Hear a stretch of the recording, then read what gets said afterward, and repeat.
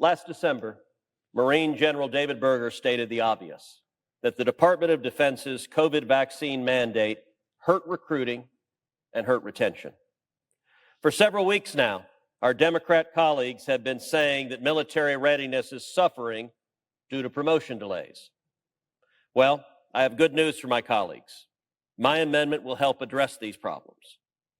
While last year's NDAA quite rightly repealed the vaccine mandate prospectively, problems caused by the mandate persist, including concerning recruiting, retention, and readiness.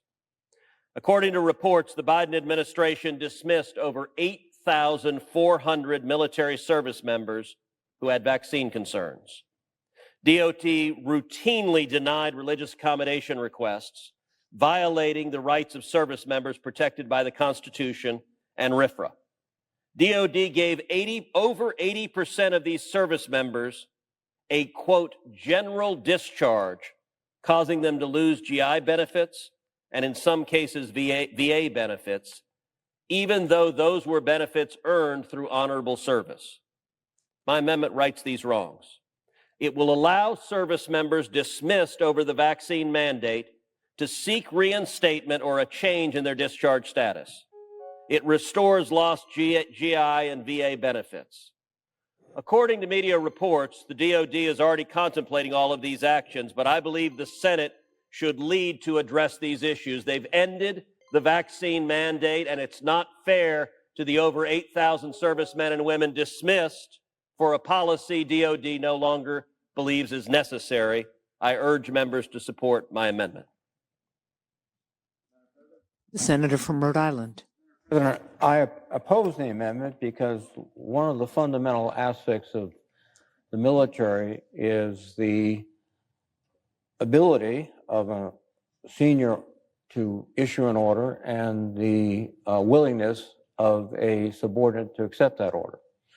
And what we're dealing with here are individuals without appropriate justification refusing to carry out a lawful order. Now, the vaccination policies of the military are rather robust. There's, I think, more than a dozen required vaccinations. And someone who just could cavalierly dismiss that requirement and then claim that they should not be and somehow held accountable, I think is wrong. But this goes to the fabric of the military. You must obey lawful orders, and all of these were lawful orders. Mandatory vaccination, again, is not a new novel technique. And the other aspect of this is this went right to the heart of readiness. We can all recall when an aircraft carrier in the Pacific had to be evacuated because of COVID aboard the ship, and the ship was actually out of commission for several months. That is a readiness issue that's pretty obvious. There are procedures to be reinstated in the military, and they've been in effect for many, many years.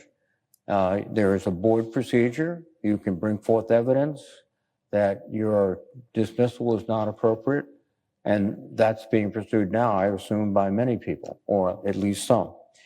So this would really, I think, basically signal that you don't have to obey legal orders from your commander if you're accepting popular notions about what's right and what's not right.